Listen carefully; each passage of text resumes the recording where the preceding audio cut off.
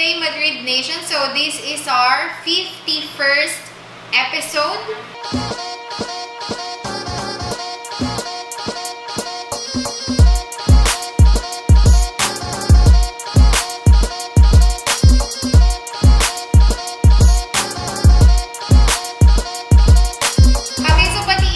Yung top agent natin last September 2016. Congratulations for Miss Andrea for being the top agent last September. Congratulations! And then, remind ko lang pala kayo guys, dalawang tulog na lang. Ito na yung inaabangan natin na Madrid Amazing Race for this 2016. Ready na ba kayo? Umulan, umaraw, tuloy na po yung Amazing Race natin and sobrang pinaghahandaan to ng committee natin. Well, ang last quarter po pala natin, punong-puno yan ng events, October, November, December. So, remind ko na rin kayo dahil siksik na siksik talaga yung last quarter natin sa mga events, maliban sa Amazing Race.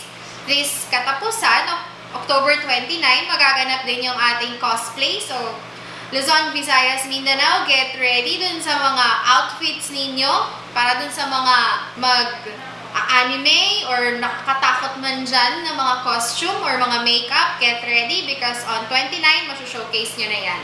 Panoorin naman natin yung latest update for our chatham, yung constructions ni Sir Ian dun sa next na office natin.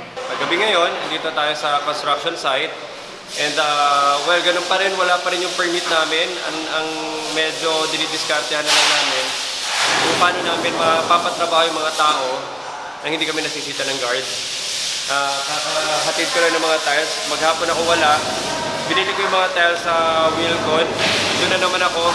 Kasi nagkakaubusan yung tiles sa gusto ko. So hinanap ko pa sa ibang Wilcon para lang dalhin dito. Right now, it's 7 o'clock na ba?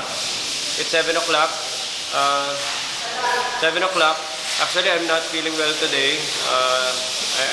For some reason. Kaya nakamasa ako dito dahil na-allergy na. Yun lang. So, everybody's very busy. Ito yung mga future call center applicants natin, itong mga karpentero dahil ang trabaho nila panggabi. So, ang uwi nila bukas umaga. So, hindi na magtataka kung magagaling na rin ito mag-English. So, yun lang. Bye-bye. Thank you for watching our 51st episode and stay tuned for upcoming more episodes. Okay, thank you. Bye.